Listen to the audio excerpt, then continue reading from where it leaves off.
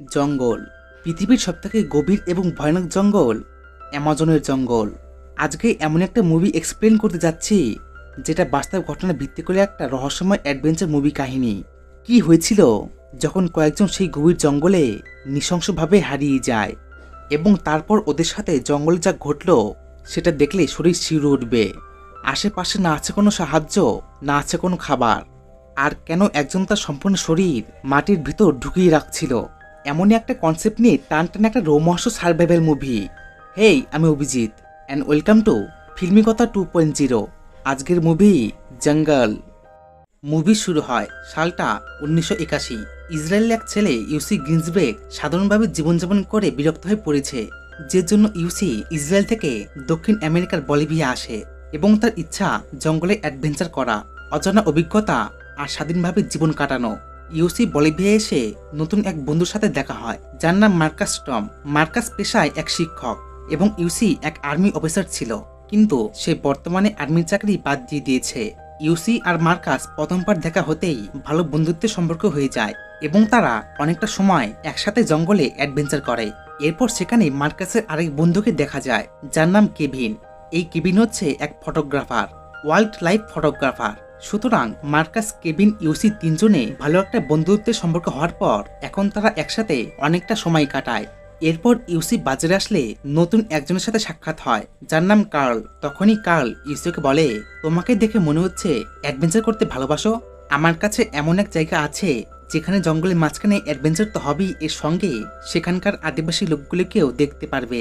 তবে ওই গোষ্ঠীর মধ্যে এখনো আদিম যুগ চলছে এবং সেখানে নাকি সোনা পাওয়া যায়। জানা যায় কার্ল বলে সে নাকি সেই জঙ্গলে গিয়েছিল, এই জন্য ইউসিকে কার্ল সাথে আসার প্রস্তাব দেয়। ইউসি যেহেতু অ্যাডভেঞ্চার করতে বেরিয়েছিল, ঠিক তাই সে এতে রাজি হয়ে যায়।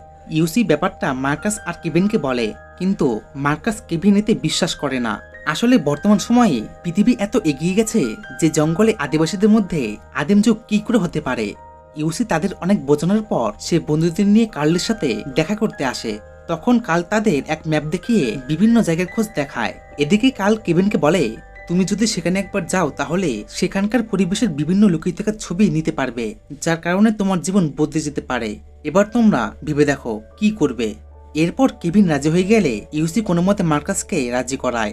অ্যাডভেঞ্চারে যাওয়ার আগে ইউসি এবং বাকিরা অল্প কিছু খাবার সংগ্রহ করে নিয়ে যায়। তবে ইউসি তার সাথে একটা ধর্মের বই নিয়ে যায় যেটা ইউসিকে তার জেঠু দিয়েছিল। জানা যায় তিনি আর্মিতে কাজ করতেন এবং একদিন যুদ্ধে ফেসে গিয়েছিলেন। তবে ধর্মের সেই বই থাকায় সে কোনো মতে বেঁচে ফিরেছে, আর তাই ইউসির জেঠু ধর্মের বই তাকে অ্যাডভেঞ্চার করার সময় সাথে করে নিয়ে যেতে বলেছিল। তো যাই হোক, এরপর তারা ছোট একটা প্লেনে করে অ্যামাজনের জঙ্গলে অ্যাডভেঞ্চার করতে বেরিয়ে পড়ে। চারজন মিলে অ্যামাজনের জঙ্গলে প্রবেশ করে। শুরুটা ছিল রোমাঞ্চকর, ঘন গভীর গাছপালা, অদ্ভুত বিভিন্ন জাতির পাখি এবং অচেনা জীবনধারা। এদিকে কার্ল একজন গাইডের মতো ইউসি এবং বাকিদের জঙ্গল সম্পর্কে আইডিয়া দিচ্ছিল। ধীরে ধীরে জঙ্গলে গভীরে যাওয়ার পর সন্ধ্যা নেমে রাত হয়ে আসে। রাতে তারা একটা জায়গায় টেন্ট বানিয়ে থাকে।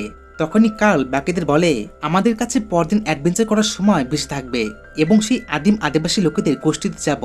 দেখা যায় পরদিন তারা সকাল সকাল গভীর জঙ্গলে অ্যাডভেঞ্চার করতে বেরিয়ে পড়েছে। গোটা দিন তারা জঙ্গলে ঘোরার পর মার্কাস হাঁটতে হাঁটতে দুর্বল হয়ে পড়ে, কিন্তু যেহেতু কাল এই জঙ্গলে এর আগেও এসেছিল, ঠিক তাই সে এখন তাদের থেকে অনেকটা আগে চলে আসে, যার কারণে হঠাৎ ইউসি, মার্কাস, কেভিন রাস্তা হারিয়ে ফেলে। মার্কাস বুঝতে পেরে গেছিল যে তারা অ্যামাজনের গভীর জঙ্গলে হারিয়ে গেছে। আসলে অ্যামাজনের গভীর জঙ্গল যেমন সুন্দর অপূর্ব, ঠিক তেমনই ভয়ানক। যে কোনো সময় ভয়ঙ্কর জীবজন্তু বা সাপ তাদের উপর আক্রমণ করতে পারে, আর সেটার ভয়ে মার্কাস চিৎকার করে কার্লকে ডাকে। তবে ইউসি কোনো মতে কার্লকে খুঁজে পায়। এরপর তারা জঙ্গলে এক আদিবাসী গোষ্ঠীর বাসস্থানে আসে। এদের নাম ছিল আছারামাস। ইউসি, কার্ল, মার্কাস এবং কেভিন অনেকটা সেই লোকগুলোর সাথে সুন্দর একটা সময় কাটিয়ে পরদিন জঙ্গলের আরো গভীর যেতে বেরিয়ে পড়ে। তবে ইউসি নদীর পাথর থেকে সোনার এক টুকরো খুঁজে পায়। সত্যিই তো জঙ্গলে সোনা পাওয়া যায়। এদিকে জঙ্গলে অনেকদিন থাকার পর এখন তাদের কাছে খাবার শেষ হয়ে যায়। এই জন্য কাল জঙ্গলে বন্দুক নিয়ে একটা বানরকে গুলি করে মেরে ফেলে, কিন্তু মার্কাস এতে বিপরীতে ছিল। আসলে মার্কাস শিক্ষক হওয়া সত্ত্বেও তার মধ্যে মানবতা বোধ আছে। এদিকে কাল বলে, জঙ্গলে আমাদের বাঁচতে হলে আমাদের এমন করেই বাঁচতে হবে। রাতে কাল সেই বানরটাকে খাবার হিসেবে রাখে। এই জঙ্গলে যেহেতু ইউসি, মার্কাস, কেভিন নতুন, এই জন্য তারা এমন খাবার আগে খায়নি, যার কারণে তারা বানরের মাংস খেতে চায় না। কিন্তু খিদে পেলে মানুষ কি নাইবা করে। ইউসি, কেভিন সেই পোড়া মাংসটা খায়, তবে মার্কাস সেই রাতে না খেয়েই থাকে। দীর্ঘদিন জঙ্গলে যাত্রা করার পর দেখা যায় মার্কাসের পায়ে হাঁটতে হাঁটতে ঘা হয়ে গেছে, যার কারণে কাল মার্কাসকে ওষুধ লাগিয়ে দেয়। এরই মধ্যে হাঁটতে হাঁটতে মার্কাস আর পেরে ওঠে না, সে জঙ্গলে একসময় বসে পড়ে। এরপর ইউসি, কার্ল, কেভিন কোনো মতে মার্কাসকে জঙ্গলের নদীর পাশে নিয়ে আসে। এদিকে কার্ল ইউসি আর কেভিনকে বলে, একটানা 4 দিন জঙ্গলে হাইকিং করার পর আমরা আরো এক আদিবাসীদের বাসস্থানে যেতে পারবো। কিন্তু এখানে একটা সমস্যা হলো, মার্কাস হাঁটার শক্তি হারিয়ে ফেলেছে।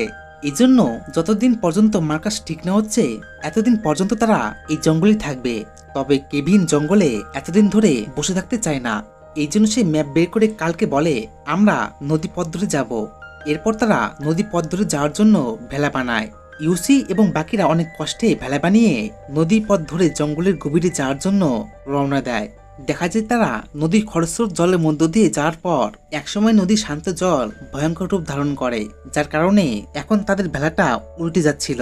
এরপর তারা নদীর ভয়ানক জলের হাত থেকে বাঁচতে ডান পাশের এক জায়গায় দাঁড়িয়ে যায়। এর মধ্যে কাল বলে সে আর নদী পথ ধরে যাবে না, বোঝে এবার। হঠাৎ করে কাল হাবভাব বলতে দেয়। মার্কাসও কালকে সন্দেহ করে কিছু একটা ব্যাপার আছে। তখনই কাল বলে সে জঙ্গলের পথ ধরে হেঁটে হেঁটে যাবে, যার কারণে কেভিন ইউসিকে বলে আসলে কাল জলে সাঁতার কাটতে পারে না। এটা শোনার পর ইউসি চমকে যায়। আসলে সে 4 বছর জঙ্গলে ছিল, সে সাঁতার কাটতে পারে না, বোঝে এবার। কিন্তু এখানে একটা বড় সমস্যা হয়ে যায়, মানে কাল আর তাদের সাথে যাবে না। অন্যদিকে ইউসি আর কেভিন বুদ্ধি করে, যেহেতু মার্কাস পায়ে আঘাত পেয়েছে তাই এই জন্য আমরা ওকে নদী পথ ধরে নিয়ে যেতে পারবো না, এতে আরো মার্কাস বিপদে পড়বে। সুতরাং এখন তাদের মধ্যে দুটো দল হয়ে যায়, একদিকে ইউসি আর কেভিন, অন্যদিকে মার্কাস আর কার্ল। তবে কেভিন নদী পথ ধরে যাওয়ার আগে কার্লের কাছ থেকে ম্যাপ থেকে সব রাস্তা দেখে নেয়। এরপর কার্ল বলে নদী পথের সামনে ভয়ঙ্কর জলস্রোত আছে, আর তার আগে তোমাদের ডান পাশের এক জায়গায় দাঁড়াতে হবে। যদি তোমরা ভুল করে সেই জলস্রোতে যাও তাহলে বিপদ ডেকে নিয়ে আসবে। এরই মধ্যে কার্ল সবাইকে বলে আমরা হেঁটে হেঁটে জঙ্গল 3 দিনের মধ্যে পার করে অ্যাপেলোতে ফিরে যাব। অ্যাপেলো হচ্ছে সেই জায়গা যেখান থেকে তারা জঙ্গলে আসার জন্য রওনা দিয়েছিল। এরপর মার্কাস আর কার্ল একদিকে যায় আর অন্যদিকে ইউসি আর কেভিন। নদীর পথ ধরে তারা দীর্ঘ কয়েকদিন যাত্রা করে যাচ্ছিল। নদীর জলে শান্ত পরিবেশ যেন ইউসি আর কেভিনকে উৎসাহ দিয়েছে। কিন্তু হঠাৎ একসময় কেভিন দেখে নদীর জলস্রোত হিংস্র হয়ে উঠেছে। তখনই কেভিন বুঝতে পেরে গেছিল এটাই সেই জায়গা যেটার কথা কাল বলেছিল, যার কারণে কেভিন সাথে সাথে ইউসিকে ডাকে। দুজনেই সেই ভয়ঙ্কর নদীর জলে অনেক চেষ্টা করলেও দেখা যায় একসময় ভেলাটা এখন তাদের হাতে নেই। ভেলাটা ডান পাশে দাঁড়াতে চাইলেও পারে না। আসলে জলস্রোত এত বেশি যে ভেলার পাল দিয়েও কাজ হচ্ছিল না।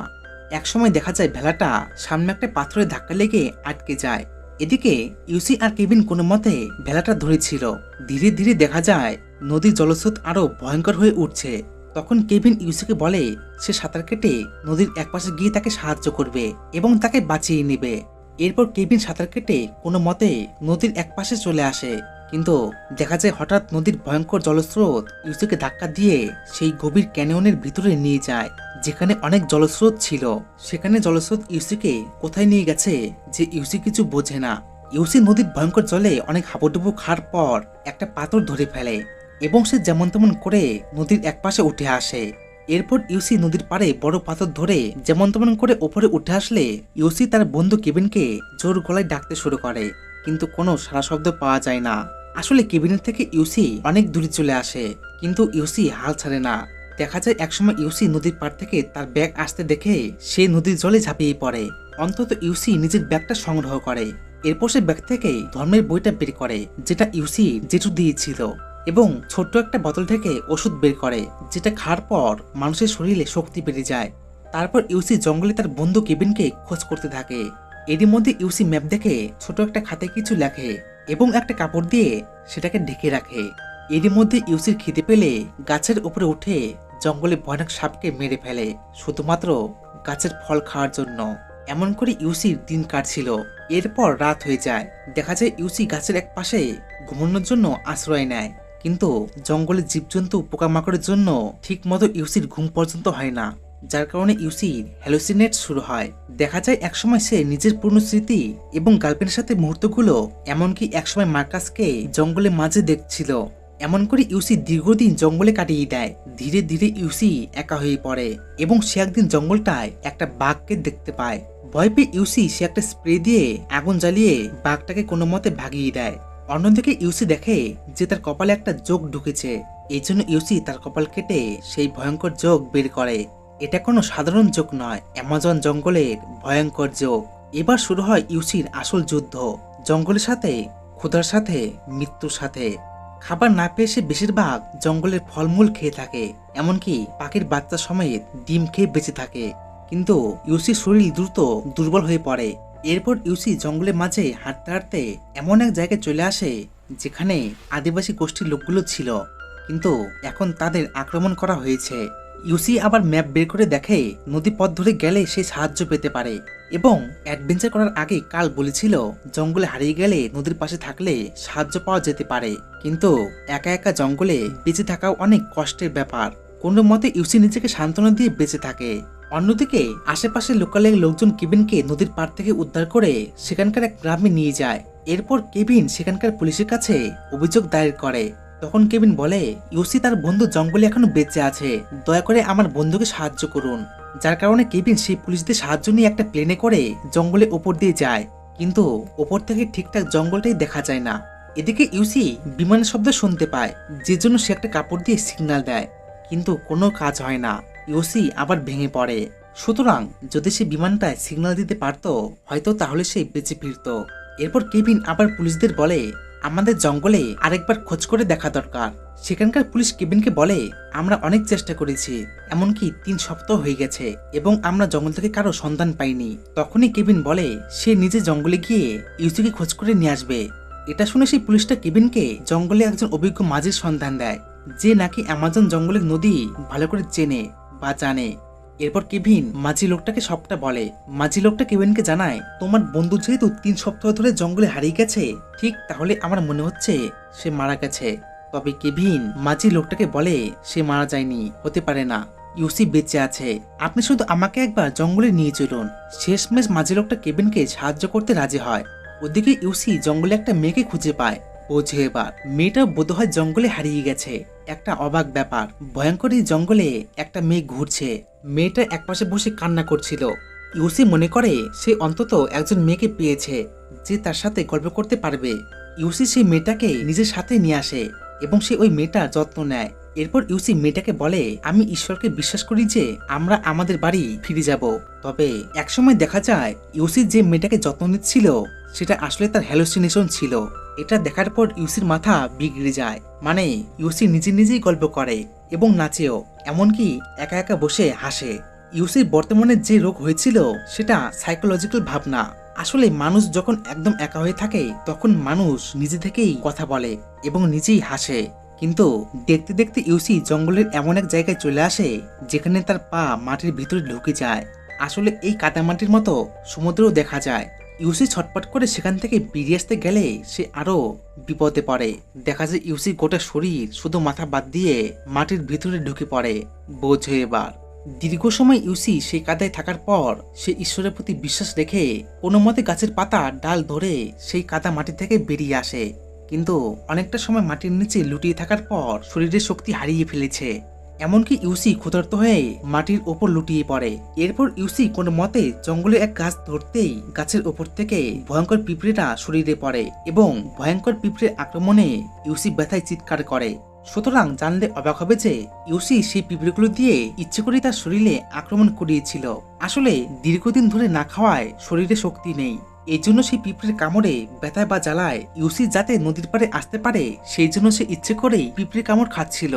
কিন্তু সেই সময় ইউসি আবার হ্যালুসিনেট করতে শুরু করে। তবে ইউসি কোনো মতে নদীর পাড়ে চলে আসে এবং সেখানে এসে ইউসি নিজের নামের প্রথম অক্ষর দিয়ে ওয়াই লেখে। আসলে এখানে কেউ আসলে সেই সংকেত দেখে বুঝতে পারবে যে ইউসি বেঁচে আছে। অন্যদিকে কেভিন মাঝি লোকটাকে নিয়ে গভীর জঙ্গলে সেই জায়গায় চলে আসে যেখানে ইউসি রাতে বসেছিল। কিন্তু কেভিন ইউসির লেখা সংকেতটা বোঝে না। মাঝি লোকটা কেভিনকে বলে তোমার বন্ধু হয়তো মারা গেছে, তুমি তোমার বন্ধুর জন্য অনেক চেষ্টা করেছো, তোমার জায়গায় অন্য কেউ হলে এত কষ্ট করতো না। এরপর মাঝি লোকটা জানায় সে জঙ্গলে গভীরে আর যেতে পারবে না, না হলে জঙ্গলে ভয়ঙ্কর বিপদ হতে পারে। এরপর কেভিন আর মাঝি লোকটা নৌকা নিয়ে ফিরে যায়। এরই মধ্যে ইউসি মানুষের শব্দ শোনে। ইউসি নদীর পাড়ে এসে দেখে কেভিন তাকে সাহায্য করতে এসেছিল, কিন্তু ইউসি কেভিনকে মুখ দিয়ে ডাকার শক্তি পায় না। আসলে বহুদিন ধরে না খাওয়ায় শরীরের প্রত্যেকটা অঙ্গ দুর্বল হয়ে পড়েছে, যে জন্য সে শুধু কেভিনের দিকে তাকিয়েছিল। তবে কেভিন শেষবার জঙ্গলের দিকে তাকিয়ে দেখলে সে ইউসিকে দেখে চিৎকার করে ওঠে এবং কেভিন ইউসিকে সেখান থেকে উদ্ধার করে। অলৌকিকভাবে ইউসি মৃত্যুর হাত থেকে বেঁচে যায়। শেষে আমরা জানতে পারি এটা কোনো কাল্পনিক কাহিনী নয়, একটা বাস্তব সত্য। ইউসি গিন্সব্রেগ আজও জীবিত আছেন, আর তার লেখা বই ব্যাক ফ্রম টুইছুই থেকে তৈরি হয়েছে জঙ্গলি সিনেমা। এখানে মুভিটি শেষ হয়ে যায়। আসলে প্রকৃতি যতই ভয়ঙ্কর হোক, আশা হারানো যাবে না। এর কারণ শেষ পর্যন্ত বেঁচে থাকে তারাই যারা জীবনযুদ্ধ চালিয়ে যায়। তো এই ছিল আজকের ভিডিও। ভালো লাগলে একটা লাইক করে দিও, আর এমন আরো ভিডিওর জন্য সাবস্ক্রাইব করতে পারো। আর হ্যাঁ, বন্ধুদের সাথে শেয়ার করে দিও। দেখা হচ্ছে নেক্সট একটি মুভিতে। ধন্যবাদ।